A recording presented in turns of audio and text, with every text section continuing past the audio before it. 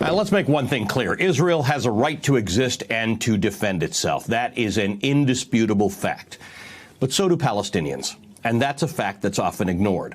Palestinians are, at best, third-class citizens in the nation of their birth. The idea that it's even remotely controversial to call what Israel has imposed on Palestinians a form of apartheid is laughable. One look at a current map of Israel, Gaza, and the occupied territories conjures up only one other example: apartheid-era South Africa. The Israeli government, on an ongoing basis, declares parcels of land on which Palestinians live to be either of military or archaeological importance, causing residents to be evicted. Sometimes there's a court case, and almost always the Palestinians lose. Yet months or weeks later, that same important land suddenly becomes home to a brand new Israeli settlement. As more and more Jewish settlers take over land on which Arabs live, the occupied West Bank becomes de facto more Israeli and, in the explicit hopes of the Israeli government, more Jewish. This is a long-standing attempt and a deliberate attempt to force Arabs who have lived in that land, sometimes for hundreds of years, out. It's an attempt to dilute their presence, because to have Arabs as full participants is, in the opinion of the Israeli government and their courts, diluting Israel. Just prior to the pandemic, I toured many of the contested areas and homes from which Arabs are being pushed out, both in Israel proper and in the occupied territories. Palestinians don't control the important parts of their lives.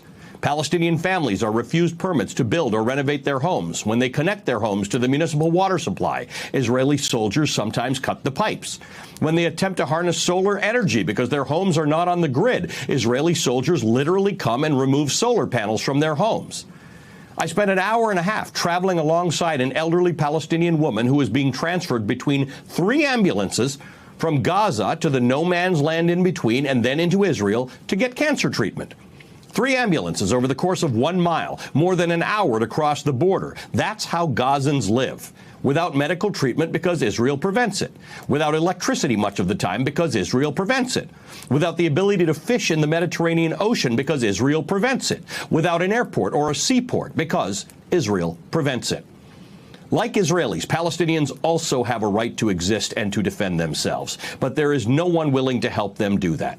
Not the Israeli courts and not the U.S. government.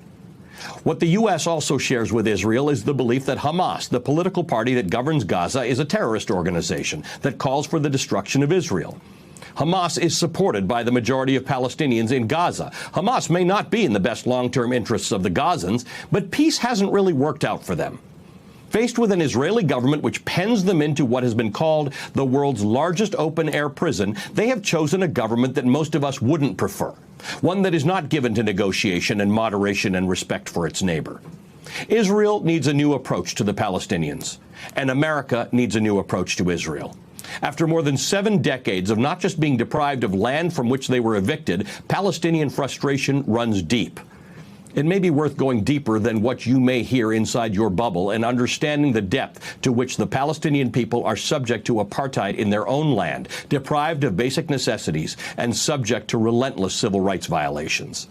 This is not a secret. It's out there for you to see. You just have to look for it. Hey, thanks for watching our YouTube channel. You should know that you can follow today's top stories and breaking news and catch up on your favorite MSNBC shows all in one place. Download the NBC News app today.